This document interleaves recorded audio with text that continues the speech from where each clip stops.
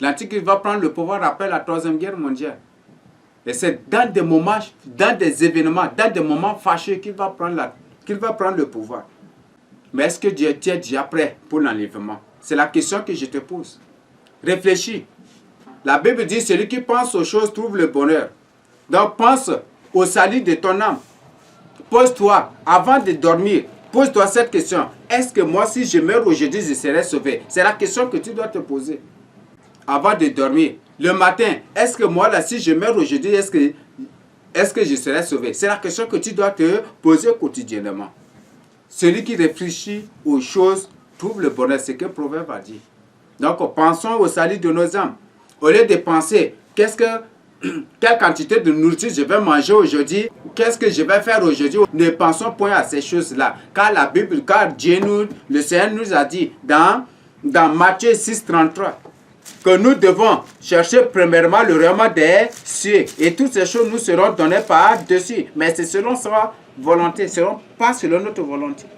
Matthieu 6, 33. Cherchez premièrement le royaume des cieux. Le royaume et la justice de Dieu. Et toutes ces choses vous seront données par Dieu. Et nous ne devons point nous inquiéter de quelque chose. Et nous ne devons jamais dire que mangerons-nous, que boirons-nous. Nous ne devons jamais dire cela. Mais nous devons tous soumettre à Dieu. Même Philippiens 4, 6 dit que pour tous vos besoins, exprimez-les à Dieu par des prières et par des supplications. Donc nous devons pour toutes choses soumettre à Dieu. Par des prières et par des supplications.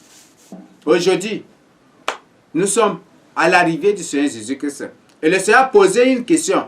Lorsque le Fils de l'homme reviendra sur la terre, trouvera-t-il encore de la foi? Et qu'est-ce que cela veut dire?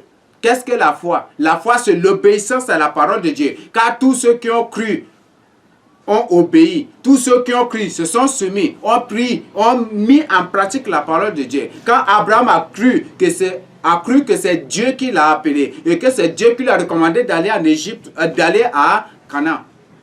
Il a obéi. Il est parti en aventure comme Dieu lui a recommandé d'aller. Il est parti. Quand Dieu lui dit, fais ceci, il fait. Quand Dieu lui dit, fais cela, il fait. Mais aujourd'hui, on dit c'est Dieu veut, c'est la foi seulement que Dieu veut. Dieu veut qu'on nous croie seulement. Non, ce n'est pas la croyance. Mais Dieu cherche l'obéissance. Lisons 1 Samuel 15, 22 à 23. Samuel dit, l'Éternel trouve-t-il du plaisir dans les holocaustes et les sacrifices, comme dans l'obéissance à la voix de l'Éternel? Voici, l'obéissance vaut mieux que les sacrifices, et l'observation de sa parole vaut mieux que la graisse des béliers. Car la désobéissance est aussi coupable que la divination. Donc, toi qui désobéis à la voix de Dieu, à l'ordre de Dieu, tu es pire que celui qui pratique la divination.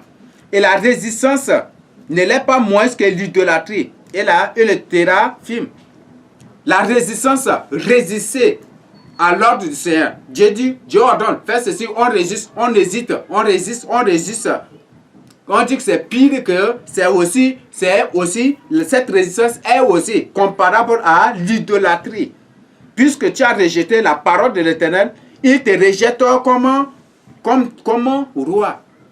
Donc Dieu prend plaisir à l'obéissance, à l'observation de sa parole, à l'obéissance à sa parole, à l'obéissance à ses ordonnances, à ses commandements. Donc, ce n'est pas en disant que Dieu veut que ce que Dieu veut sur notre cœur. Ce n'est pas seulement le cœur que Dieu voit. Dieu voit aussi tout l'extérieur. Il veut que notre corps, notre âme, notre esprit soit pur, saint devant lui. C'est ce qu'il nous a ordonné, ce qu'il nous a recommandé. Et nous devons faire cela. Frères, nous sommes un peuple égaré. Nous ne devons pas mériter cette grâce que Dieu nous a accordée. La Bible dit dans Éphésiens 2, versets 1 à 5. Nous lisons Éphésiens 2, 1 à 5 pour découvrir ce que Dieu a dit. Vous étiez morts par vos offenses et par vos péchés, et dans lesquels vous marchiez autrefois, selon le train de ce monde, selon le prince de la puissance de l'air, de l'esprit qui agit maintenant dans les fils de rébellion. Nous tous, nous étions de leur nombre, et nous vivions autrefois selon les convoitises de notre chair, accomplissant les volontés de la chair et de nos pensées. Nous étions par nature des enfants de colère, comme les autres. Mais Dieu qui est riche en miséricorde, à cause du grand amour dont il nous a aimés, nous qui étions morts par nos offenses, nous a rendus à la vie avec Christ. C'est par grâce que vous êtes sauvés. Nous étions morts. Nous qui ne connaissons pas Dieu. Nous appelons les arbres notre Dieu. Nous appelons le lion notre Dieu. Nous appelons le karité notre Dieu. Nous appelons le manguier notre Dieu. Nous appelons les arbres notre Dieu. Nous appelons les animaux notre Dieu. Les oiseaux notre Dieu. Nous appelons le soleil notre Dieu. La lune notre Dieu. Nous appelons toutes ces choses, toutes ces créatures notre Dieu. Et nous vivons dans la débauche, dans l'alcool. Nous vivons dans le désordre sexuel, dans le vol, dans le mensonge. Nous vivons dans le désordre total. Mais aujourd'hui, le Seigneur nous a fait connaître son nom, nous a fait connaître sa parole pour que nous puissions être sauvés. La Bible dit que nous sommes morts par nos offenses. C'est la mort spirituelle aussi. Le salaire du péché, c'est la mort. Et Dieu condamne le péché, le pécheur. Dieu condamne les pécheurs en enfer. C'est le lieu de grincement des dents et des pleurs. Nous qui attendions le feu. Et le Seigneur nous a arrachés de là. Et malgré tout cela, toute la grâce que Dieu nous a faite, nous continuons toujours par nous opposer à lui. Nous continuons toujours par le combattre. Colossiens 2,13 dit quoi?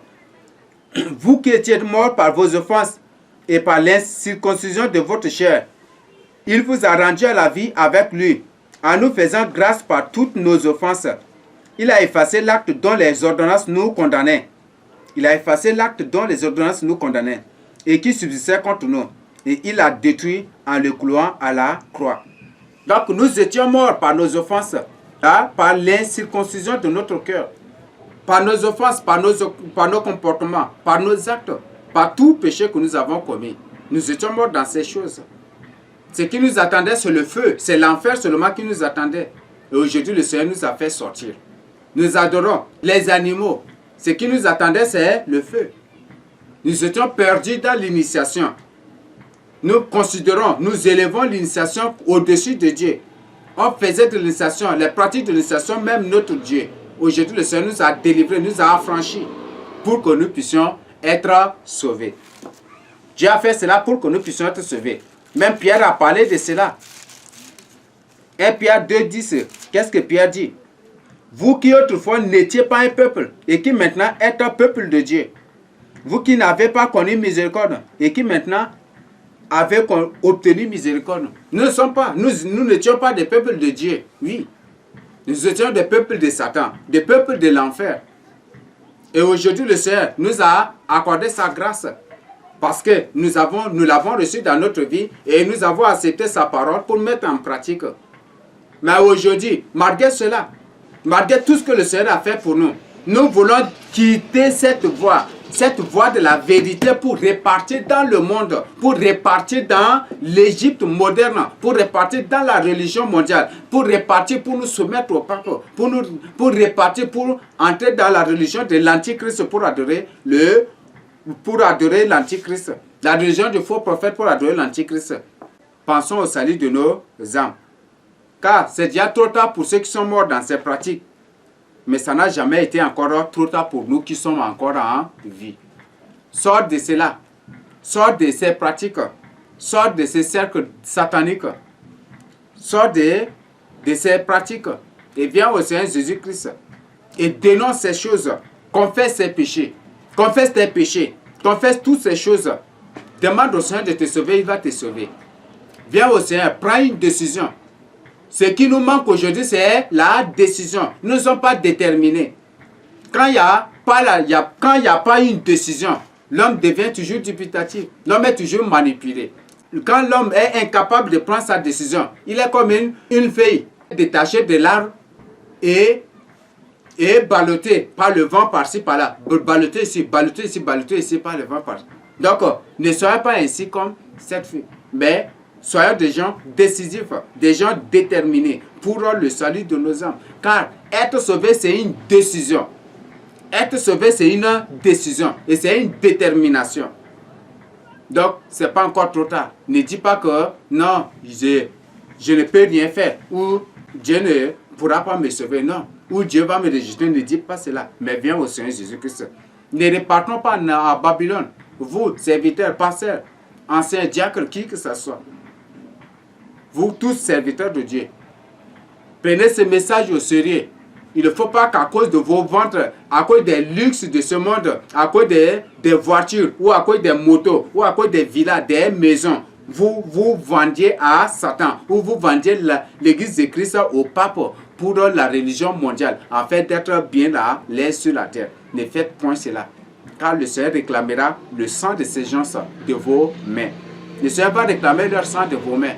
C'est en tremblant que vous allez vous présenter devant lui. Ces jours, c'est le jour de la colère de Dieu, le jour de la terreur, où le Seigneur te fera sentir qui il est aussi. La Bible dit dans Hébreux 10, 31 que c'est une chose terrible que de tomber entre les mains du Dieu vivant. Ne cherche pas à tomber entre les mains du Dieu vivant. Quand il va t'écraser, il t'écrasera et il te détruira. Mais tu resteras toujours dans les douleurs, dans la souffrance, dans les remords. Tu seras toujours tourmenté. La Bible dit qu'ils seront tourmentés éternellement. Si tu ne te réponds pas, tu seras tourmenté éternellement. Détourne-toi du mauvais chemin que tu prends. Ne suis pas la multitude. Le salut est individuel. Je ne peux pas défendre une personne que voilà, c'est à cause de moi qu'il est en enfer. Et peut-être aucune personne ne peut défendre que c'est à cause de lui que je suis en enfer. Il n'y a pas ça devant le Seigneur. Le salut est individuel.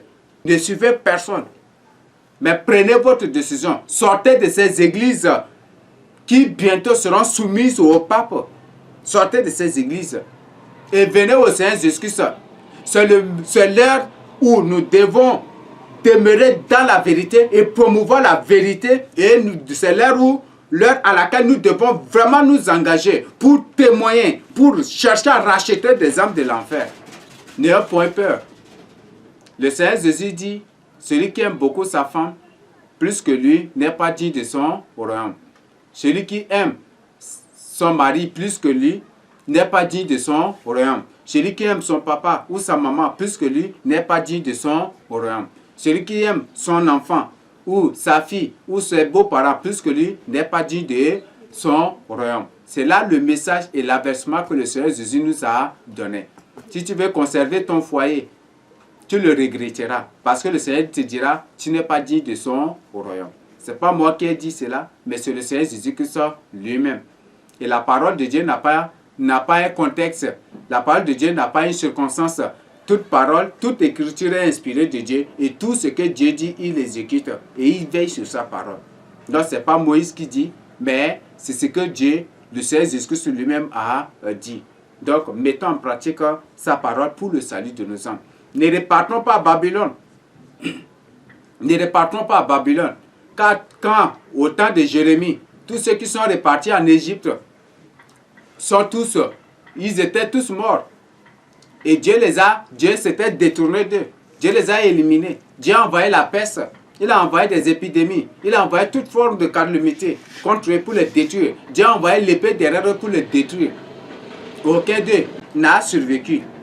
Tous ils étaient éliminés. C'est ce que Dieu a fait contre ces rebelles. Ne répare pas et ne repartez pas en Égypte. Ne repartez pas en Égypte moderne. Ne retournez pas en Égypte moderne. Mais demeurez dans la vérité, dans cette doctrine. N'ayez point peur, ni honte de dire la vérité. Prêchez la vérité aux gens. Ils peuvent vous qualifier de tout, raconter toutes choses sur vous. Ils peuvent vous dénigrer. Ils vous feront toutes choses. Mais la victoire nous appartient. Et elle nous appartient toujours. Car le Seigneur Jésus-Christ est lui-même notre victoire. Donc n'ayons point peur de dire la vérité. Et acceptons de souffrir pour la vérité. Acceptons de souffrir pour la vérité. Si toi, serviteur de Dieu, tu crains de dire la vérité de peur d'être persécuté, tu n'es pas encore serviteur de Dieu. Tu n'es pas encore serviteur de Dieu. Et le sang de ces âmes que tu vois constamment aller en enfer, le Seigneur va réclamer sur toi. Donc, prends ta décision pour te rattraper, pour au moins se sauver quelques-unes de ces âmes.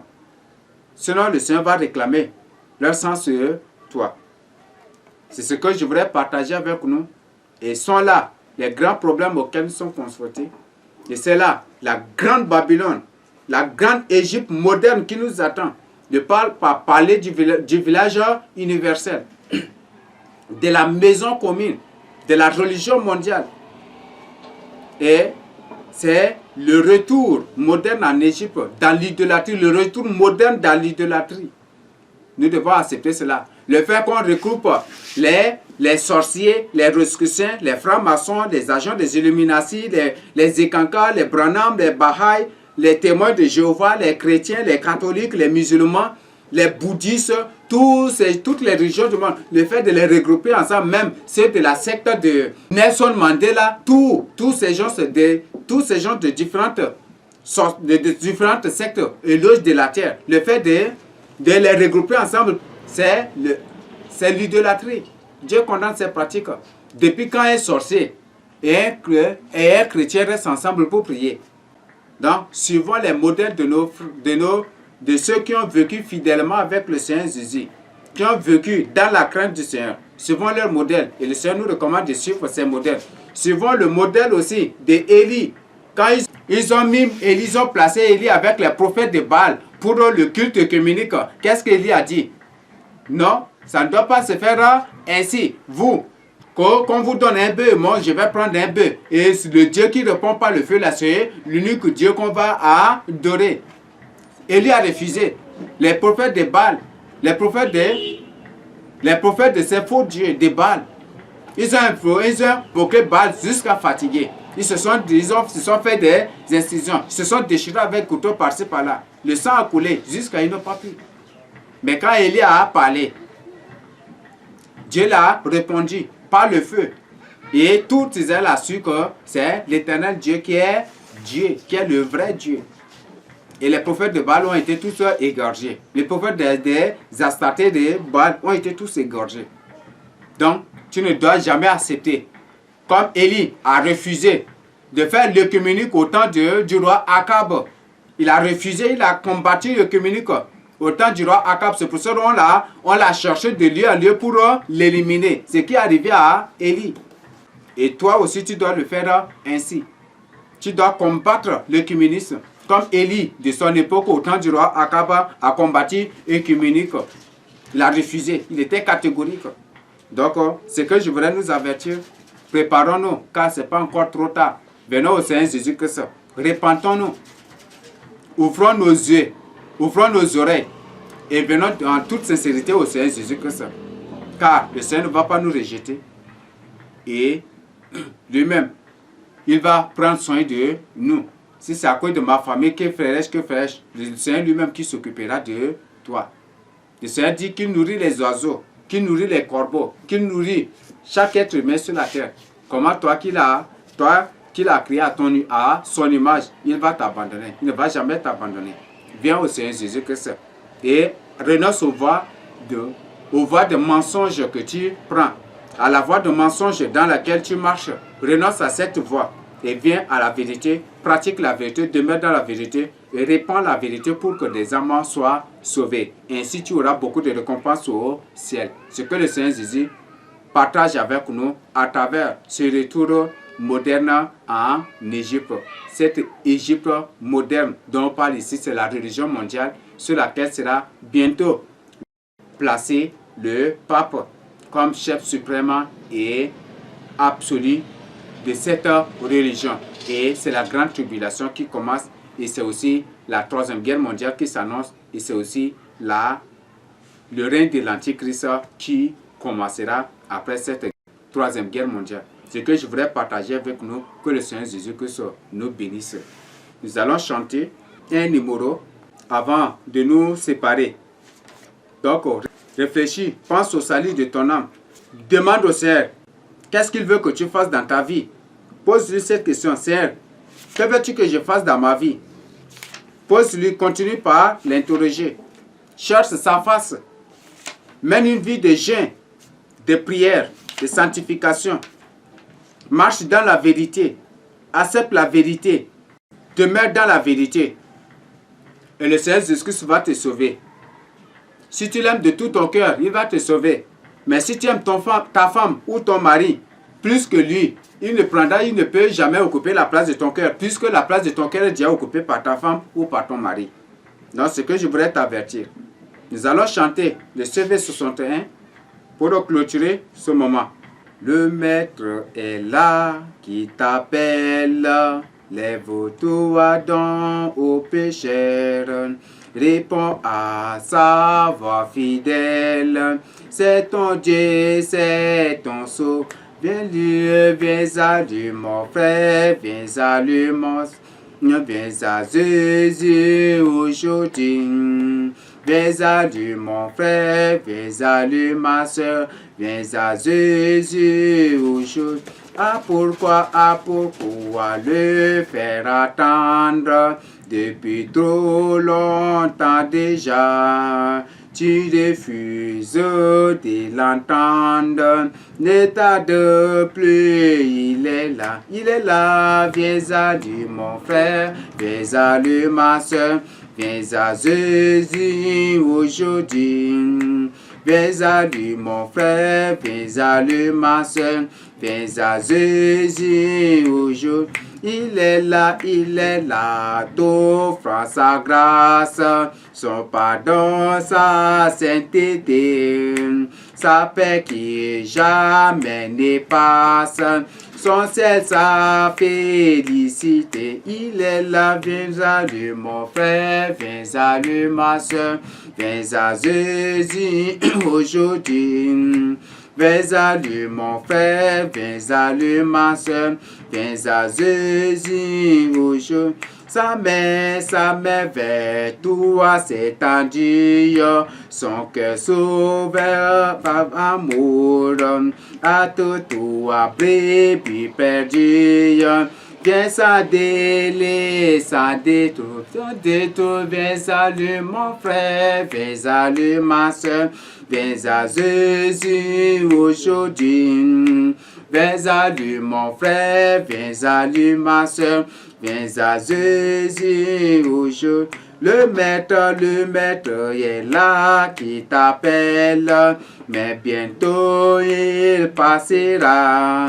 Réponds à sa voix fidèle, avant qu'il ne soit plus là. Viens à lui mon frère, viens à lui ma soeur, viens à Jésus aujourd'hui. Viens à lui mon frère, viens à lui ma soeur, viens à Jésus aujourd'hui. Viens donc, viens à lui ma soeur, viens à lui mon frère, viens à Jésus aujourd'hui.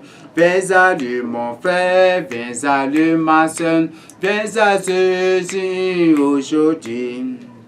Reviens à ton père, enfant égaré. Dis-lui ta misère, dis-lui j'ai péché. Toujours il pardonne à qui se répand. Pour toi le ressonne, c'est toi qui l'as. Reviens à ton Père, ses biens sont pour toi. Entends sa prière, reviens sans effort. Sa main, oui, sa main s'est tendue vers toi maintenant. Sa voix bien connue, viens mon reviens à ton Père, ici tu peux. Son eau désaltère, reviens à tout. Au croix à sa grâce, sa paix est pour toi. Chez lui, prends ta place. Deviens fils Dieu, reviens à ton Père, reviens c'est le pomme. Reviens, il préfère la vie à l'âme.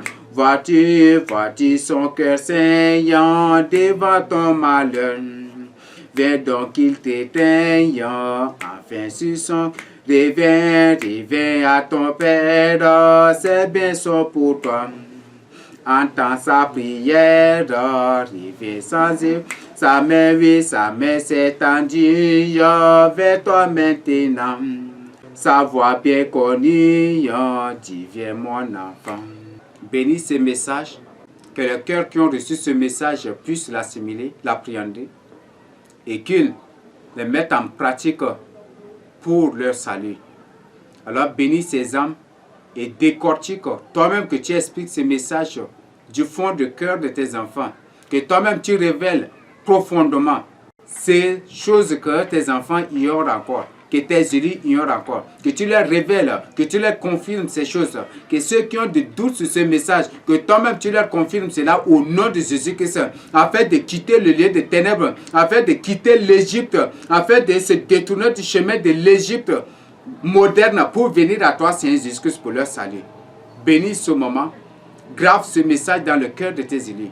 Je t'en prie, Papa, ne livre pas tes enfants à l'ignorance, ne livre pas tes élus, mon Dieu Tout-Puissant, au mal. Ne permets pas que ces gens soient emportés par le mensonge grotesque que ces agents de Satan, que ces lucifériens répandent partout. Père Céleste, pardonne tes élus. Tu as dit oui, c'est la prophétie qui s'accomplit. Tu as dit qu'au dernier temps, les gens vont se détourner de la sainte doctrine. Les gens vont avoir le désir d'entendre des paroles agréables, des messages de bénédiction. Les gens auront l'envie, auront la démangeaison. Les gens auront l'envie, l'immense plaisir d'écouter des paroles, de recevoir des messages de bénédiction, de prospérité, mais des messages de vérité, messages de sainteté, de sanctification. Ils le combattront. Tu as prophétisé et cela s'est réalisé. Mais pour tes brebis, pour ceux qui ne sont pas encore dans l'enclos, que tu leur accordes ta grâce pour venir à toi, mon Dieu. Je t'en prie, Seigneur Jésus. Ne leur envoie pas une puissance d'égarement pour croire aux mensonges ni aux penchants de leur cœur, comme toi-même tu as déclaré. Ne permets pas cela. Père, détourne leur cœur de mauvaises pensées, mais que tu les amènes à toi, afin que tes brebis, ceux qui sont réellement tes vrais bébés, qu'ils viennent dans l'enclos, qu'ils entrent dans l'enclos pour leur salut, afin que toi-même tu puisses les perdre pour ta gloire et pour leur salut, mon Dieu. Merci Seigneur Jésus. Je bénis ton Saint-Nom. Merci de ce que tu as été de le début et la fin de ce message. Que toi-même tu explicites, que toi-même tu décortiques amplement les points et les zones sombres à ceux qui n'ont pas compris. Pour que toi-même tu puisses leur révéler, leur faire comprendre, leur décortiquer, afin de mettre en pratique cela pour leur salut. Au nom de Jésus, nous t'avons prié. Amen. Mon Dieu est bon. Oh, mon Dieu est bon. Papa Yahvé est bon. Oh, Adonai, il est bon. Mon Dieu est bon. Oh, il m'a sauvé. Alléluia. De tout péché. C'est lui qui m'a racheté. Je chante, il est bon. Dieu est bon pour toi. Et il est bon pour moi. Je ne peux pas le laisser. Non. Je ne peux pas. Je ne peux pas.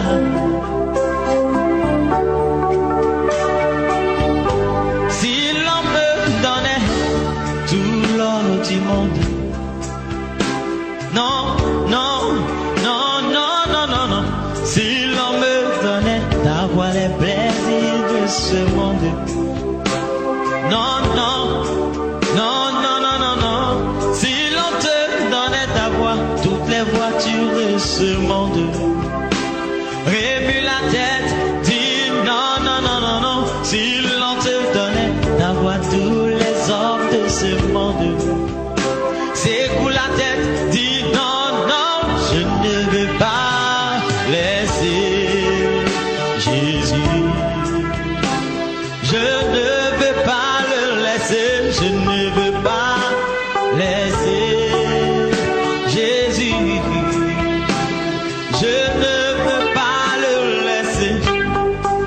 Je ne veux pas. Je ne veux pas. Non, non. Si l'on te donnait d'avoir toutes les richesses de ce monde, secoue la tête, dis non, non, non, non, non. Si l'on te donnait d'avoir les voitures de ce monde, cela ne conduit pas au ciel. Si l'on te donnait d'avoir tout